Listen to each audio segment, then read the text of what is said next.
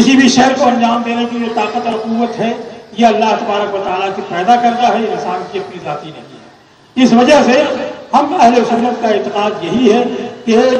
کسی بھی چیز کو جو غیر اللہ ہے اللہ کا شریک بنانا، اللہ کی ذات میں اس کی صفات خاصہ میں شریک بنانا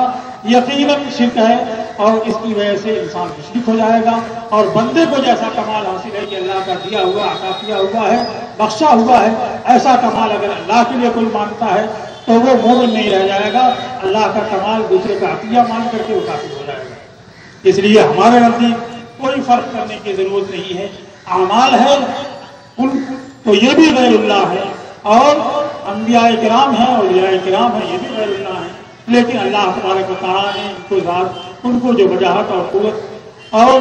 مقبولیت عطا فرمائی ہے، اس کی وجہ سے ہم ان کو اللہ کی بارگاہ میں وسیلہ بنا سکتے ہیں، بلکہ اللہ تبارک و تعالیٰ نے ان کو وسیلہ بنانے کا حکم دیا ہے اور ارشاد فرمایا ہے کہ وسیلہ، اس کی بارگاہ میں تم وسیلہ تلاش کرو۔ اب احادیث پر آئیے، تو احادیث بھی اس معنی میں بے شمار ملیں گی، اور اعمال پر صحابہ کرام کے، انبیاء کرام کے عمل پر آئیے تو وہ بھی بے شمار ملیں گے کہ انہوں نے دوسروں سے مدد لی ہے، دوسروں کو وسیلہ بنایا ہے،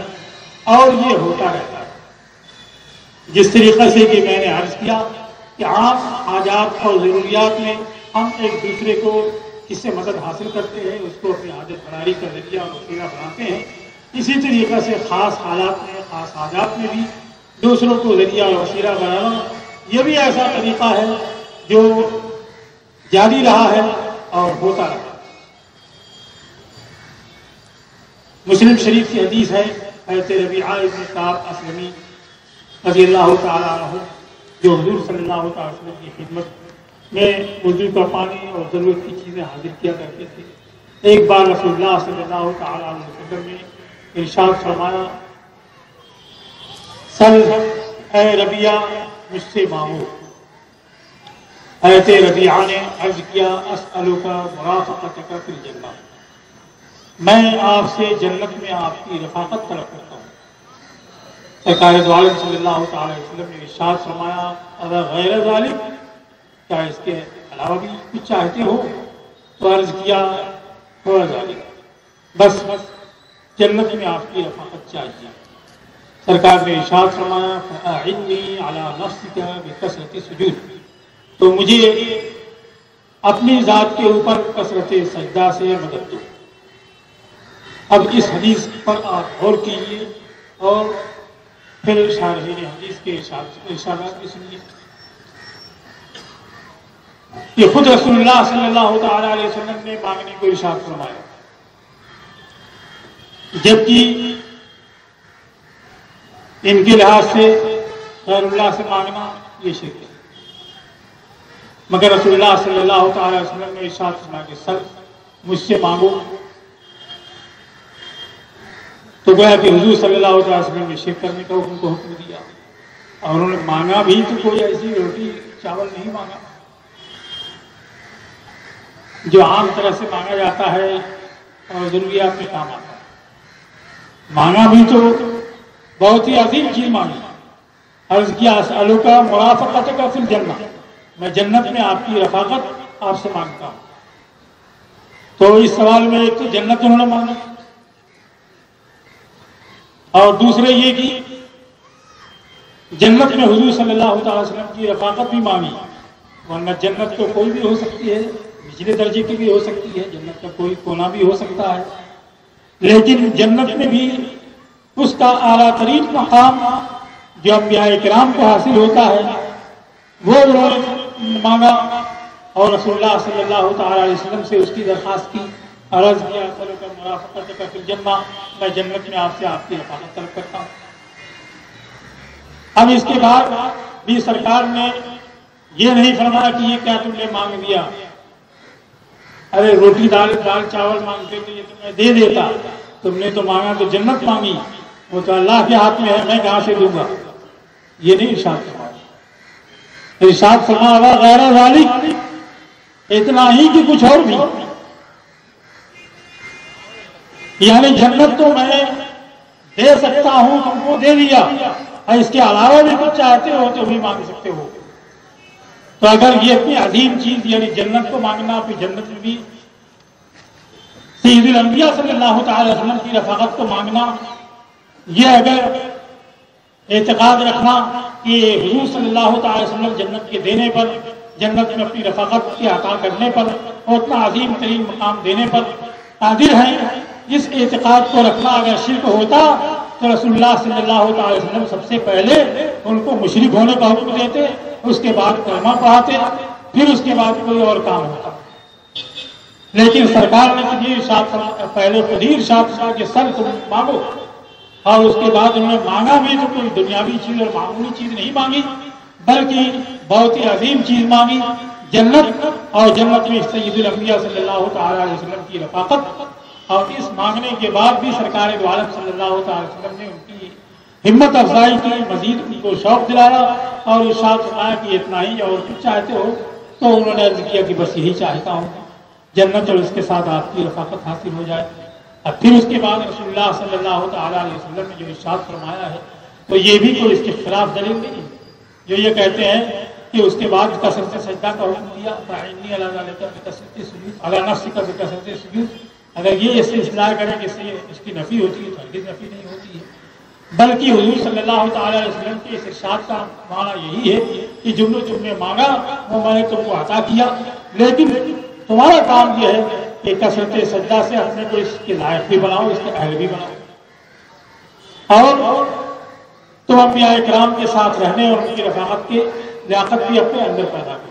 اور اس کے ساتھ ساتھ اگر یہی اس کو کہتے ہیں کہ اس سے کچھ اور مطلب نکلتا ہے تو خود رسول اللہ صلی اللہ علیہ وسلم کا ارشاد کیا ہے، اعنی علی نفسک، اپنی ذات پر میری مدد کرو، تو اس میں بھی تو مدد مانگنا ہوگا۔ تو اس سے معلوم یہ ہوا کہ صحابہ کرام یہ اعتقاد رکھتے تھے کہ حضور اقدس صلی اللہ تعالی علیہ وسلم دنیا کی چھوٹی چھوٹی چیزیں تو کیا، آخرت کی عظیم ترین چیز جنت، اور اس سے بھی عظیم چیز جنت میں انبیاء اور سید الانبیاء صلی اللہ تعالی وسلم کی رفاقت عطا کرنے پر قادر ہیں، اور وہ اس کو مانگنے پر دے سکتے ہیں۔ اور رسول اللہ صلی اللہ تعالی علیہ وسلم نے ان کو اس اعتقاد پر برقرار رکھا، اس کی نفی نہیں کی، اور یہ نہیں فرمایا کہ اتنی بڑی قدرت میرے لیے مان کر کے اور اتنا بڑا سوال مجھ سے کر کے تم مشرک ہو گئے، بلکہ حضور صلی اللہ تعالی علیہ وسلم نے وہ ان کو عطا فرمایا اور جو انہوں نے مانگا تھا اس کو دیا۔ تو اس سے یہ معلوم ہوتا ہے کہ انبیاء کرام کو یہ طاقت اور قوت حاصل ہوتی ہے اور وہ عطا فرما سکتے ہیں۔ اس پر حضرت شیخ عبدالحق مودودی دہلوی رحمۃ اللہ تعالی علیہ آج کے سبھی فرقے ان کو اپنا پیشوا اور امام تسلیم کرتے ہیں کہ ہندوستان کے اندر علم حدیث کی نشر و اشاعت ان کا عظیم کارنامہ ہے، اور سن 1052 ہجری میں ان کا وصال ہے۔ ان کا سلسلہ پورے سلسلہ حدیث اور ان کی خدمت حدیث سے آج سبھی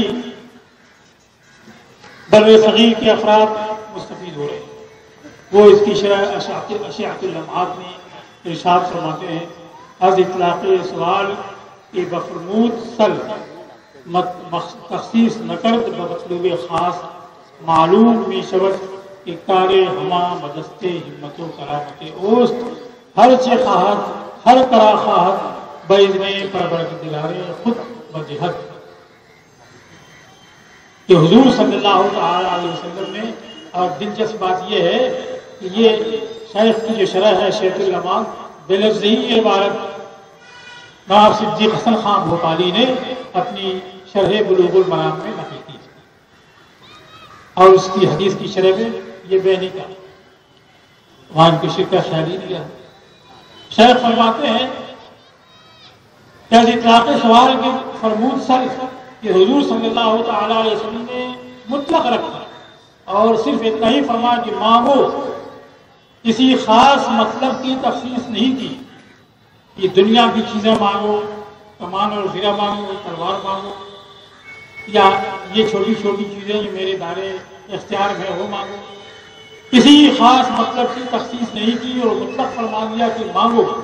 اس سوال کو مطلق رکھنے سے یہ معلوم ہوتا ہے کہ حضور صلی اللہ علیہ وسلم کے دستے اختیار میں، ان کے دستے کرامت و تصرف میں تمام امور ہیں، اور جس کو وہ جو چاہیں اپنے پروردگار کے اذن سے عطا فرما دیں۔ اگر خیر، اس کے بعد یہ شعر لکھا، اگر خیریت دنیا عقبہ آرزو داری، بدر کا حش بیاؤ ہر سے بھی خواہی تمنا کن۔ اگر دنیا اور آخرت کی بھلائی چاہتے ہو تو ان کی بارگاہ میں حاضری دو، اور جو کچھ چاہتے ہو اس کی آرزو کرو، اس کی تمنا کرو۔ اور اس کے بعد امام بوصیری کا یہ شعر بھی لکھا ہے، فَإِنَّ مِن جُودِكَ الدُّنْيَا وَضَرَّتَهَا وَمِنْ عُلُومِكَ عِلْمَ اللَّوْحِ وَالْقَلَمِ، کہ آپ کی سخاوت سے دنیا بھی ہے، آخرت بھی ہے، اور آپ کے علوم میں کا ایک حصہ لوح و قلم کا علم ہے۔ اس شعر کو بھی انہوں نے یہاں پر درج کیا ہے۔ تو اس شعر سے جو امام بوصیری کا ہے، جس کو جو قصیدہ بردہ شریف کا شعر ہے، اس سے بھی یہ ظاہر ہوتا ہے کہ حضور اکرم صلی اللہ تعالی وسلم کو یہ اختیارات حاصل تھے، اور آیت شیخ سے یہ حدیث سے کا مطلب بیان کرتے ہیں بخاری رحمۃ اللہ تعالی علیہ، جو زبردست حنفی بزرگ ہیں، وہ بھی اپنی شرح فرقات المفاتیح میں اس بات کو ذکر کرتے ہیں کہ حضور صلی اللہ تعالی وسلم نے مطلب کو حکم دیا۔ اس سے یہ معلوم ہوتا ہے کہ تمام اختیارات، تمام امور حضور اکرم صلی اللہ تعالی وسلم کے دستے تصرف و کرامت میں ہیں، اور وہ جس کو جو چاہیں اپنے پروردگار کے حکم سے عطا فرما سکتے ہیں۔ اب جب حضور صلی اللہ تعالی وسلم کو یہ سارے امور اور سارے اختیارات حاصل ہیں، تو اگر ہم ان سے ان امور کو مانگتے ہیں اور کسی بھی کام میں ان کو وسیلہ بناتے ہیں، تو یہ شرک کسی طرح سے نہیں ہو سکتا۔ جس طریقے سے کہ حضرت ربیعہ بن کعب اسلمی رضی اللہ تعالیٰ عنہ نے خود حضور صلی اللہ علیہ وسلم کے فرمان پر ان کے سامنے ان سے مانگا اور سرکار نے عطا کیا، برقرار رکھا، اسی طریقے سے ہم بھی ان سے اگر کچھ مانگتے ہیں، طلب کرتے ہیں، تو یہ حضور صلی اللہ علیہ وسلم کی تعلیم کے عین مطابق، صحابی کے اعتقاد کے عین مطابق ہے، اور حدیث پاک کے بالکل موافق ہے، اور اس پر تمام اہل سنت عمل کر سکتے ہیں۔ اور یہی نہیں، قرآن کریم نے ارشاد فرمایا ہے، وَلَوْ أَنَّهُمْ ظَلَمُوا أَنفُسَهُمْ جَاءُوكَ فَاسْتَغْفِرُوا اللَّهَ وَاسْتَغْفَرَ لَهُمُ الرَّسُولُ لَوَجَدُوا اللَّهَ تَوَّابًا رَحِيمًا، کہ اگر انہوں نے اپنی جانوں پر ظلم کیا ہو اور پھر تمہارے پاس آئے اور اللہ سے اپنے گناہوں کی بخشش چاہیں اور رسول بھی ان کے لیے مغفرت کی دعا کر دیں، تو ضرور اللہ کو بہت توبہ قبول کرنے والا، رحم فرمانے والا پائیں گے۔ تو اس آیت کریمہ سے یہ معلوم ہوتا ہے کہ جب اہل ایمان نے اپنے اوپر ظلم کیا ہو، اپنے اوپر ظلم کا مطلب ہے کہ کسی بھی گناہ کا ارتکاب کیا ہو، کسی بھی خلاف شرع کا کام کیا ہو، کوئی بھی ایسی چیز جو اللہ اور رسول کی مرضی کے خلاف ہو سکتی ہے، اس کی خوشنودی کے خلاف ہو سکتی ہے، وہ کیا ہو تو رسول کی بارگاہ میں حاضر ہو۔ وَلَوْ أَنَّهُمْ ظَلَمُوا أَنفُسَهُمْ جَاءُوكَ، اگر انہوں نے اپنی جانوں پر ظلم کیا ہو اور پھر تمہارے پاس حاضری دیں اور اللہ سے اپنے گناہ کی بخشش چاہیں اور رسول بھی ان کے لیے بخشش کی دعا کر دیں، تو ضرور اللہ کو توبہ قبول کرنے والا، رحم کرنے والا پائیں۔ ایک بات میں یہاں پر یہ بھی عرض کر دوں کہ ہم اہل سنت یہ نہیں کہتے ہیں کہ اللہ تبارک و تعالیٰ سے براہ راست دعا کرنا سرے سے جائز ہی نہیں، یہ یقیناً ہم بات نہیں کہتے، کیونکہ انبیاء کرام اور اولیاء کرام ان کا طریقہ رہا ہے، کبھی بغیر توسل کی انہوں نے دعا کی ہے اور براہ راست خدا سے مانگا ہے، اور کبھی وسیلے کے ساتھ مانگا ہے۔ تو یہ بندے کی اپنی حالت پر، اپنے خیال پر ہے کہ جہاں وہ یہ سمجھتا ہے کہ کام عظیم ہے اور اس کو وسیلہ کسی کا حاصل کرنا چاہیے اور اس کے وسیلے سے مجھ کو یہ دعا کرنی چاہیے، تو وہاں وسیلے کے ساتھ میں دعا کرے، اور یوں وہ دعائیں اللہ تبارک و تعالیٰ سے کرتا ہے، رب اغفر لی رب ارحمنی، صبح شام دن رات کر سکتا ہے، اس کی کوئی ممانعت نہیں ہے۔ کیونکہ اب یہ کہتے ہیں کہ جب بندہ خدا سے مانگ سکتا ہے تو دوسرے کو وسیلہ کیوں بنایا؟ انبیاء کرام نے وسیلہ بنایا، صحابہ کرام نے وسیلہ بنایا۔ حضور اکرم صلی اللہ تعالی وسلم کے بارے میں بخاری شریف کی حدیث ہے،